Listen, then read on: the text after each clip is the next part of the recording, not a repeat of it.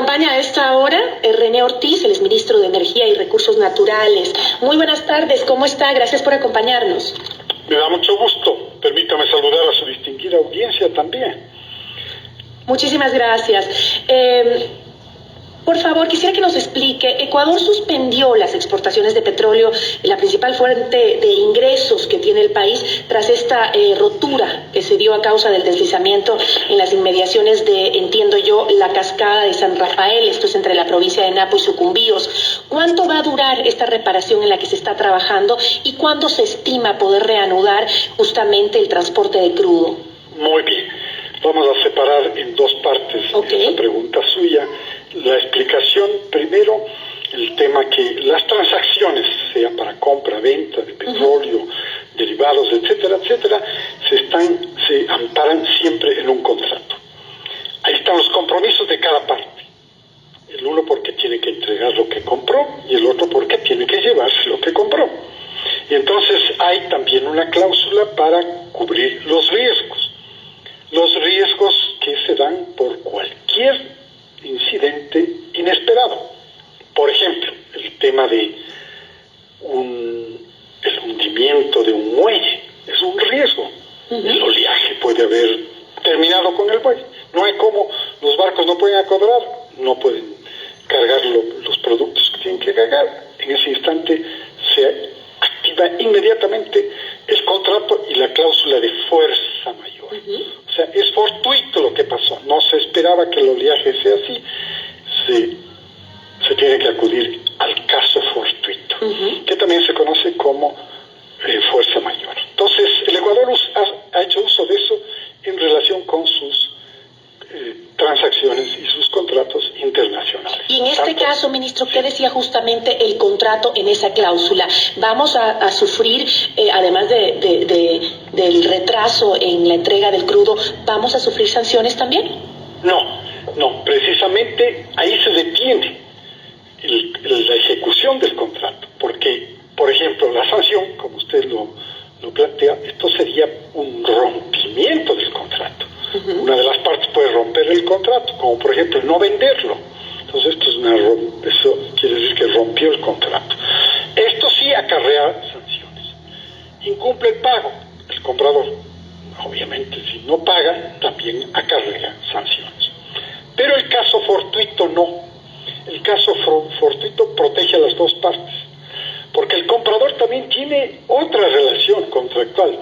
Seguramente tiene que abastecer a una refinería. El crudo que tenía que llevar de aquí, de Ecuador, tenía que ir a alguna refinería en el Pacífico, o en el Golfo de México, o en la costa pacífica de Estados Unidos. Pero no puede hacerlo. Entonces también ellos dicen, tenemos una fuerza mayor en Ecuador. Se rompieron el sistema de oleoductos y se interrumpió. Ahora, tenemos suerte de que a pesar de que este incidente es inesperado, la suerte es que tenemos otro ramal, que es el Yuralpa-Baeza. Este no ha sido interrumpido y por eso sigue produciendo. Ahora, no produce en la medida en que estaba produciendo antes, 535, 540 mil barriles por día, porque el diámetro de la tubería que va de Yuralpa a Baeza es pequeño. Entonces, no es que puede transportar el mismo volumen. Pero la buena noticia es que ya estamos en las próximas 2 semanas entregando. Ya estaría reparado el SOTE. Está primero reparado el SOTE. Y el SOTE son 330 mil barriles de capacidad. Entonces quiere decir que automáticamente ahora se hace el netback hacia atrás. Entonces se va alineando con cada uno de los productores en la parte oriental del país. Entonces dice, ya vamos a ir restituyendo, porque nadie ha parado así de golpe. No. Porque como les decía, de todas maneras puede producir algo y utilizar este ramal de Yuralpa a Baeza. Pero ya cuando se restituya la capacidad del SOTE y posteriormente la de los CP, pues definitivamente entramos ya en la normalidad. Antes del incidente estábamos normales. Ecuador, dentro del contexto del estado de emergencia, del estado de excepción, de todo guardarnos en la casa, quédate en casa, etcétera, etcétera, los sectores estratégicos que están bajo el Ministerio de Energía y Minas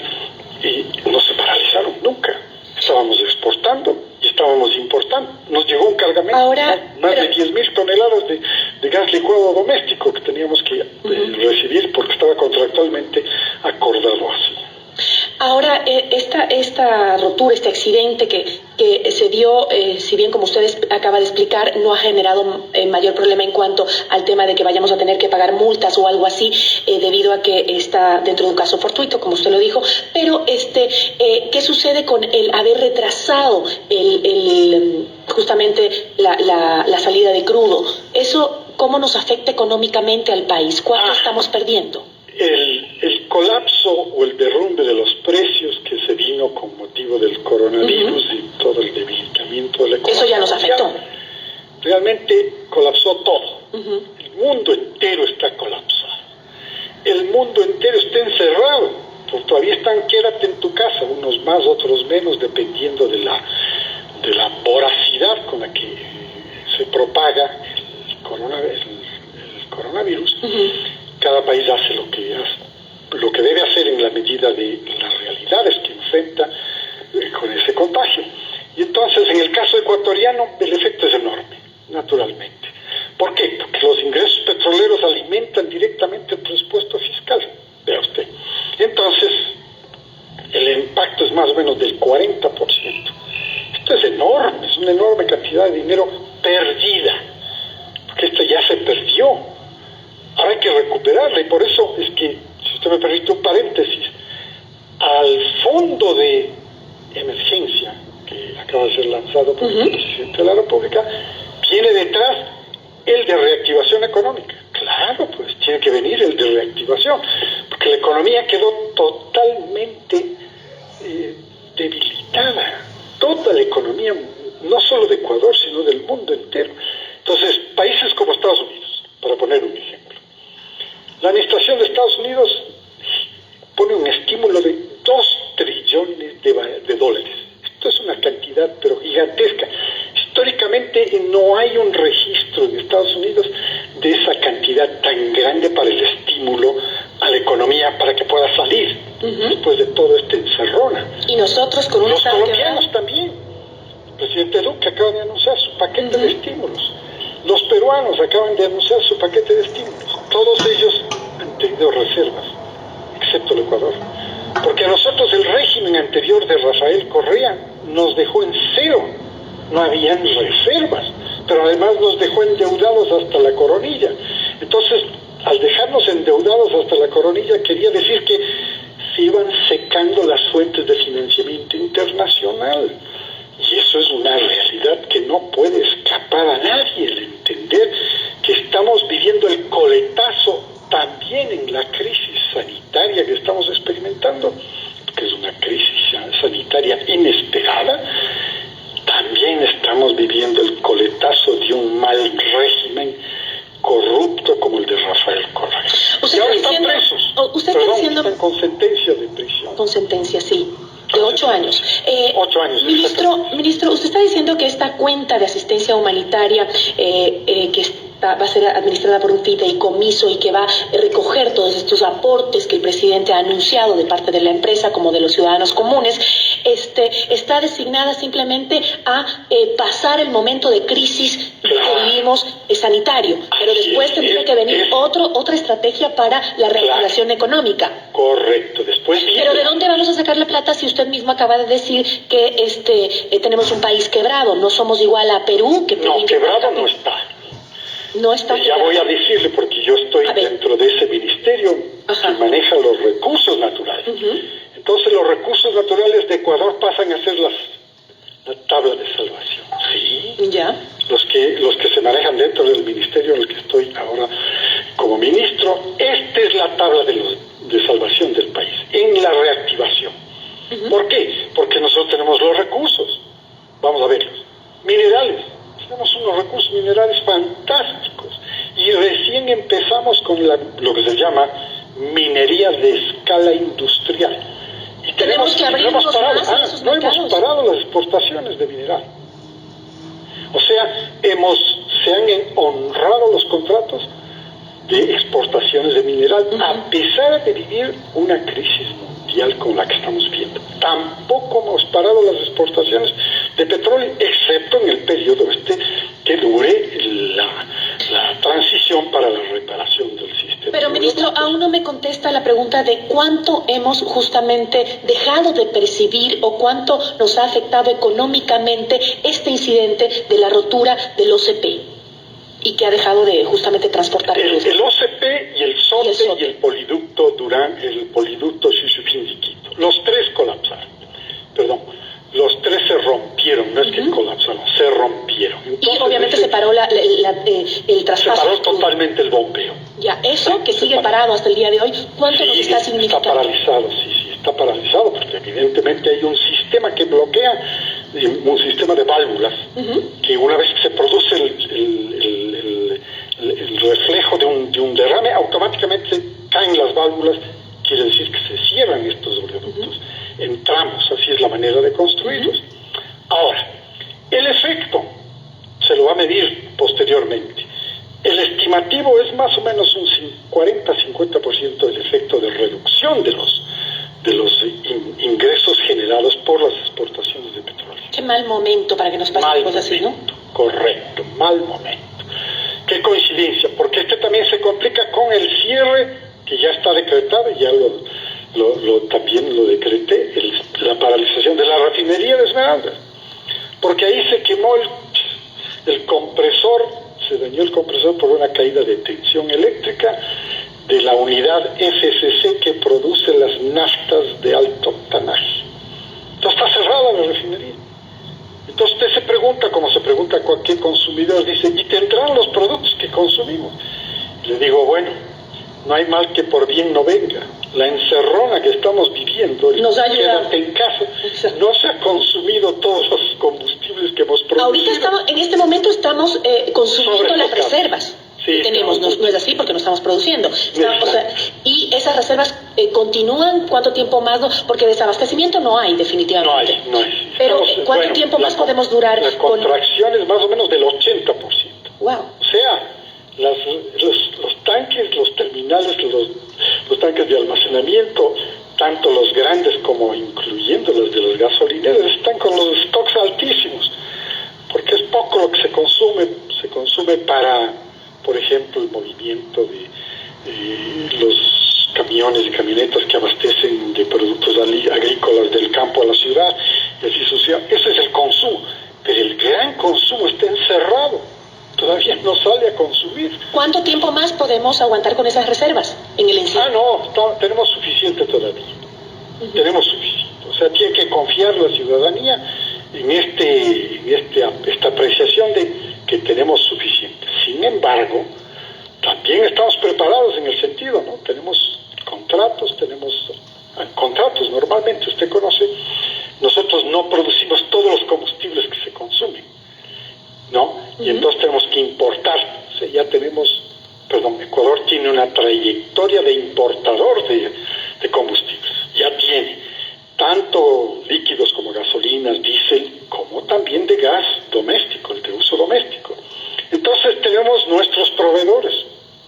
Y eso quiere decir que esos proveedores pues también están a la expectativa de que probablemente, si es que no se restituye la normalidad en el sistema de refinación, la normalidad en el sistema de producción de crudo, ellos van a tener que seguir abasteciéndonos a Ecuador de los derivados que se necesitan para satisfacer el consumo interno. Ya se habló, ministro, de una fecha en donde se podría restablecer justamente el normal transporte del crudo en el país. Fines de abril.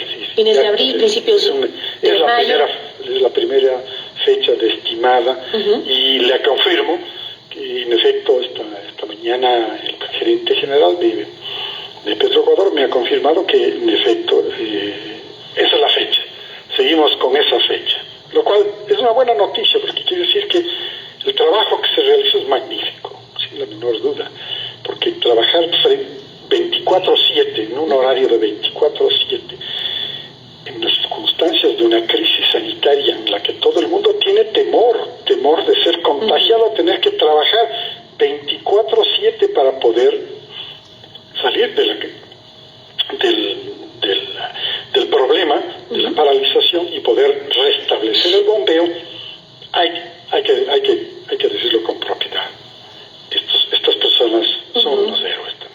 Claro que sí, y eso es lo que mucha gente no sabe, ¿no? Que los trabajadores petroleros siguen y todos, vean, esta conversación que tenemos los dos en este momento y que los radioescuchas de FEMundo lo están recibiendo en este momento, es gracias a la electricidad que nace de los sectores que están bajo los trabajadores de ese sector no han dejado de trabajar, están también en el frente de batalla. Y por eso nuestros niños están asistiendo a clases virtuales, teleclases, los mayores están en teletrabajo, como usted y yo, y así sucesivamente. Y los combustibles, como les decía hace un momento, el gas licuado es una maravilla. Claro que tuve que ponerme un poquito duro. Sí, en Loja hubo un abusivo de un depósito que estaba vendiendo a $7 el cilindro.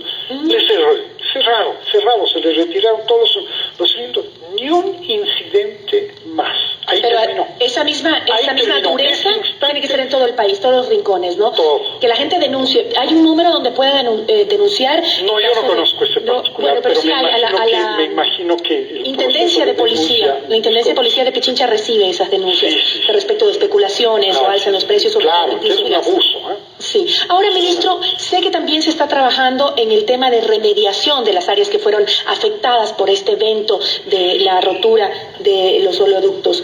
Estos incidentes de roturas de oleoductos están muy bien manejados por la industria. Se los conoce bien. Es una zona sensible, ¿no? El oriente ecuatoriano por eso es que lo primero que se hizo fue contener el derrame. ¿De qué? De que no afecte las tomas de agua. Esas tomas de agua son de consumo humano en esas ciudades. Ahora, todo el trayecto del río hasta el Napo, todo eso hasta el río abajo, todos tienen pequeñas comunidades también que no tienen tomas directas de agua del río Grande, del Coca o del Napo, no tienen, ¿no? Claro que están en la ribera del río, ¿no? Ellos tienen abastecimientos de agua de las afluentes, pequeños riachuelos, por eso se han asentado ahí. O sea, las tomas de agua de ellos están no relacionadas con el río Grande, no. Entonces, se pudo proteger la de las ciudades. Estas sí están con contenedores, un sistema de barreras que contienen esto.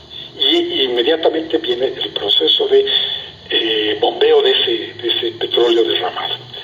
Y hemos podido observar hasta la frontera, el sitio fronterizo más extremo es el de Ballesteros, con Perú, y ya no hay trazas absolutamente de petróleo, no hay absolutamente nada. Eso ya ha sido remediado completamente. Se logró controlar el derrame. Eso es una buena noticia. Acompañada de la noticia de que pues a finales de este mes estaremos ya reanudando el transporte de crudo en el país. Correcto. Ministro, yo quiero agradecerle muchísimo por habernos atendido y me despido porque sé que tiene mucho trabajo que hacer. Muchísimas gracias por habernos acompañado. A usted y a su distinguida audiencia. Muchísimas gracias. Agradecemos a René Ortiz, ministro de Energía y Recursos Naturales. Esto es Notimundo, la carta, siempre bien informados.